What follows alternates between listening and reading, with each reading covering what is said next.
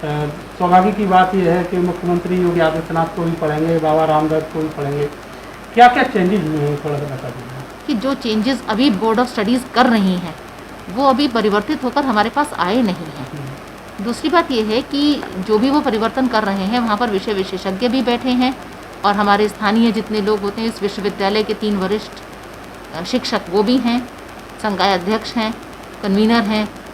और एक प्रिंसिपल भी शामिल हैं। काफ़ी लोगों के रहने पर ये बन रहा है और इसमें जो शासन द्वारा भेजा गया पाठ्यक्रम है उसमें 30% से अधिक कोई संशोधन नहीं किया जा रहा कहीं पर भी। उस संशोधन के तहत हो सकता है कि कुछ लोगों ने स्थानीय रूप से कुछ को माना होगा कि इनको भी शामिल करना है, तो ऐसा कुछ हुआ होगा जो आ जाएगा। जो हाइलाइट्स प्रोसीडिंग्स आएंगी उन प्रोसीडिंग्स को सभी लोग देखेंगे। मैम, जो शासन की तरफ से सिलेबस आया है उसमें तो योगी जी भी हैं, बाबा रामदेव जब भी बात, अगर शासन की तरफ से आया है तो अंगीकृत करना हमारे लिए आवश्यक है, वो तो हमें अंगीकृत करना होगा। या हमारा कोई और इसमें विकल्प हो कि हम इसको हटाकर कुछ और पढ़ना चाहते हैं जो हमारे लिए ज़्यादा संगत है, सुसंगत है, तो हम वो पढ़ सकते हैं। तो ये तो इतनी स्वतंत्रता तो दी गई है, ऐसा नहीं है कि हम लोग को ये विश्वविद्यालय में हम नई जो शिक्षा नीति आई है उसके तहत राज्य शासन ने जो प्रदेश के विश्वविद्यालयों के लिए पाठ्यक्रम तैयार किया है उसमें हम लोग आजकल तमाम विषयों की पाठ्यक्रम समितियां कर रहे हैं। हिंदी की जो पाठ्यक्रम समिति हुई है उसमें महत्वपूर्ण रचनाकार पहले से ही उपलब्ध थे, लेकिन जो स्थानीय महत्व के रचनाकार हैं और जिनके लिए हमको राज्य शासन ने अनुमति दी थी कि हम 30% तक उन पाठ्यक्रमों में बदलाव कर सकते हैं, तो हम लोगों ने स्थानीय महत्व के और अंतर्राष्ट्रीय राष्ट्रीय महत्व के जो हमारे रचनाकार हैं जिनमें शमशेर बहादुर सिंह हैं, प्रमुख कवि हैं, दुष्यंत कुमार हैं, प्रमुख गीतकार गज़लकार कवि हैं, विष्णु प्रभाकर हैं, जीवनीकार एकांकी लेखक कहानीकार हैं, गंगा प्रसाद विमल हैं, प्रमुख कहानीकार उपन्यासकार हैं, जगदीश चंद्र माथुर हैं एकांकीकार नाटककार के तौर पर, और कन्हैयालाल मिश्र प्रभाकर हैं जो निबंधकार और रिपोर्टाज लेखक के तौर पर प्रसिद्ध हैं। इसी तरह से गीतों में हमारे लिए शकील बदायूनी और संतोष आनंद हमारे 2 महत्वपूर्ण गीतकार इधर से हैं जिनको राष्ट्रीय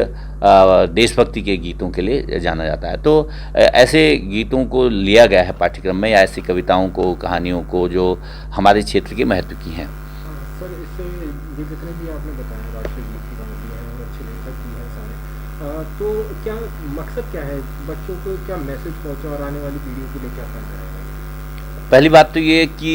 ये भी मैं बताना चाहता हूँ कि जैसे ये प्रमुख रचनाकार जिनका जिक्र मैंने अभी आपसे किया, शमशेर बहादुर सिंह हैं, दुष्यंत हैं, विष्णु कुमार प्रभाकर हैं, गंगा प्रसाद विमल हैं, जगदीश चंद्र माथुर हैं, कन्हैयालाल मिश्र प्रभाकर हैं, पाठ्यक्रमों में पहले से भी रहे हैं,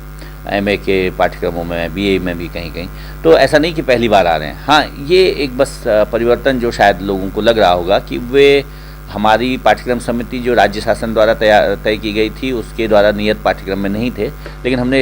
स्थानीय रचनाकारों को महत्व देने के लिए और इसलिए भी कि हमको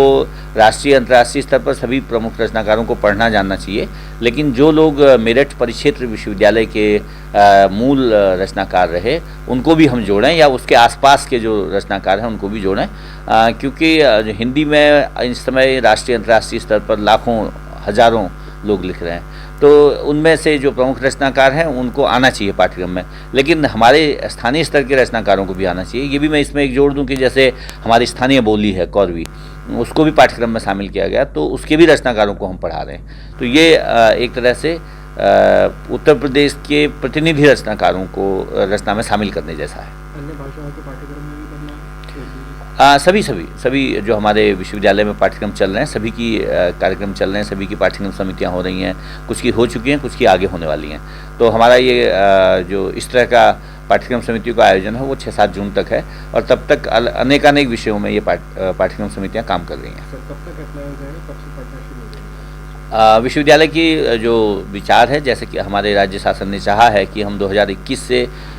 इस बदलाव को लागू करेंगे, तो जैसे भी निर्देश इसमें आगे होंगे, चूँकि इसके बाद ये सभी हमारे जो